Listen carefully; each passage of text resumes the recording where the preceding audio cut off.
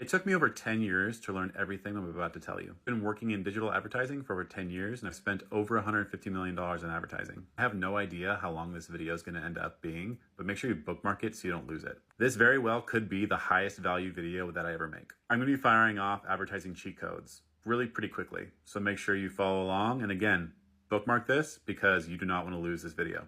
Here we go. Static ads still work on Facebook. Twitter ads are largely a waste of time. If you're promoting a localized service like house cleaning or landscaping, make sure you're running on Google search. Also, if you're running on more than one platform, make sure you understand attribution, first touch versus last touch. Server-to-server user tracking is the future and pixels will be dead soon. If you don't know how to use a basic pivot table or put one together, you probably shouldn't be running ads. Learn the basics of Excel and Google Sheets. Leverage bulk ad creation tools so that you can grow and scale without having to hire on more media buyers. Set up custom rules to be your first line of defense, but you should never rely on them 100%. Always check your work. Always question what a platform rep is telling you because ultimately they're being compensated to get you to spend more on their platform. Also, at the end of the day, you likely have more experience buying media than they do. To understand what you have to spend per day on a given platform, on a given ad set, you have to know your CPA. Cost per action, or cost per sale, or cost per install. To calculate your minimum daily spend, multiply your CPA times 7.14. Your ad set has to hit a minimum of 50 conversions per week for you to get out of the learning phase. Plan for the holiday season or seasonal promotions 3 months in advance. Black Friday and Cyber Monday is the most competitive time of the year, but it's also the season where you're going to get the highest engagement and probably the most sales. If you don't have a competitive offer during this time, don't run ads during Black Friday, Cyber Monday. Spy on your competitors to see what they're running before you go into a creative brainstorm. Use the Facebook Ads Library and the TikTok Creative Center. Those are both free resources where you can see any competitor and what they're running on ads.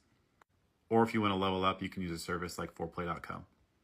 Q5 is the period between December 26th and the first or second week in January. This is when it's the cheapest time of the year to run advertising and you can make a lot of money if you have a relevant product or service. The two most important pieces of any campaign are your pixel or your data pipeline and your creative. Enroll in the Fox program through Meta in order to have less ads disapproved. All the best ads solve a basic human need. The need for food, the need for joy, the need for shelter, the need for clothing, the need for laughter. Solve any of these basic human needs and your ads will shine. Go broad with your ad sets and remove all of your targeting and allow your creative and your Facebook pixel to work together to find the right users for you. Don't overcomplicate it. Use humor in your ads and they'll perform better. Before and afters are allowed, they just have to be done the right way. If you're running ads, you should be able to manage and check everything from your mobile phone. If you need to be chained to your desk in order for you to manage your media is going to fail you. The secret to scaling is automation. Ads never sleep. People love free stuff. Include that in your offer and your ads will do better. Ads that have a lot of comments do way better. Leverage scarcity in your ads. Limited time, limited quantity. Never trust the results you're seeing in Facebook as being 100% accurate. Always have a third-party report that you can double check everything against. Keep some kind of running document where you save any ad creatives that inspire you or that you want to try out. I use Google Sheets and a third-party service called foreplay.co. Paid social ads work best in tandem with a very integrated organic team. So stop firing your organic teams. Beware of advertising gurus that show you screenshots of insane ROAS. ROAS is not everything, and it can actually be pretty misleading. Build your own army of freelance UGC creators and make sure they are diverse. You'll save a ton of money with resourcing your ad creatives and not have to pay influencers their insane fees. Use AI to help you brainstorm your copy, but always make sure to tweak it and make it your own. AI generated copy is very easy to detect and people can tell the difference. Don't get caught up in protecting your brand when you're using influencers. Allow them to do what they do best. They create on these platforms all day, every day. Let them do what they do best. You are not your target audience. Always remember that. Don't let your personal bias get in the way and test ad creatives that you wouldn't click on. If you're feeling a mental block, try moving your body. Search for your competitors on Google and then read their reviews. Find problems that their consumers are addressing and then answer those problems within your ads. Do the same process, but looking at your competitors' ad comments instead. Never fight a rip current. If your ads are tanking, sometimes the best thing to do is nothing. The more you fight it, the worse it will be. Sometimes you just need to pause and wait and try again when everything settles. Swim parallel to the current instead of against it and live to make ads another day. AI is not replacing media buyers or advertisers. If anything, it's enabling them to do significantly more. That being said, if you're a media buyer and you're not leveraging AI, you will likely get left behind. Stop using traffic campaigns. Use the sales objective. Give as much value as you can away for free. Educational ads are the hot new trend in 2024. Always be offering value. Your ads can be hideous and still work. I literally took a picture of trash in my kitchen and spent hundreds of thousands of dollars against it, profitably. There is no one-size-fits-all approach to every business. Everyone should be testing everything for themselves. Prove your idea wrong.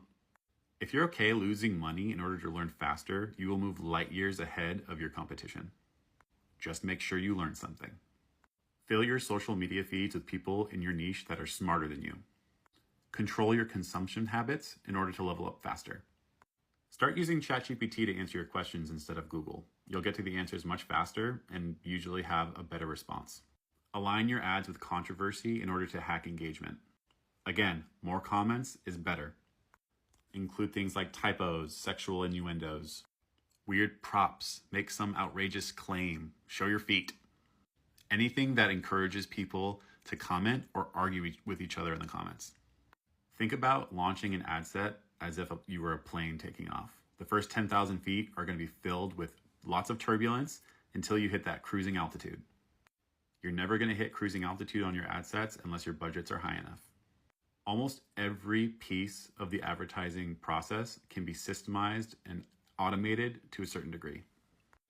Kitchen.io is the best tool to build ad systems at scale. Google Trends is an excellent place for brainstorming. It allows you to listen and see what people are talking about and searching for in real time. If you can leverage the brand equity of a third-party brand in your advertising, it'll amplify your success. Just be careful not to get too close or you might get sued. It's easy to accidentally put in the wrong ad set budget, so make sure you systemize this in order to remove human error. And always double check your work. In very rare scenarios, you can scale your ad set multiple times a day very aggressively. But for the most part, you really don't want to scale your ad sets too quickly. If you do, you risk increasing budgets when the data is not mature and you're actually going to tank. Know how to use URL tracking parameters so that you can tie your back-end performance to your front-end ad cost. Never rely 100% on Facebook's reporting. Be careful not to poison the quality of your ads with high-margin tactics that ultimately are not good. For example, targeting 18-year-olds with ways that they can make money might be a low-quality audience that can poison your network. Don't steal others' content. It will always come back to bite you. And when I say steal, I mean actually steal. Inspiration is the name of the game. Your emotions can get in the way of you pausing ads that need to die. It's okay that you spent a lot of time on that ad creative and it didn't work. Pause it, learn, and move on. Buyer's high is real. You get a huge dopamine hit when you start scaling your first campaign. I've been doing this for over 10 years and I still get a huge dopamine hit. Make sure you know how to manage the come down because it can be rough.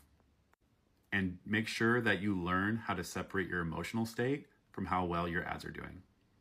I'm married to a therapist, so I know what I'm talking about. You really don't need to know how to use Photoshop anymore, and you can accomplish pretty much everything in Canva. Learn how to use Canva.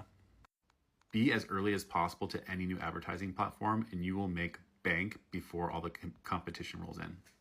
Holy cow, that was over 9 minutes long. Thank you for hanging in there. That was a lot of information really quick. If you liked it, make sure you give me a follow. I'm gonna be making a lot more videos just like this one. And wow, you guys are great. Thanks for hanging in there. I got some cool stuff on my profile. I want to check it out. I'll see you on the next video. Okay, bye.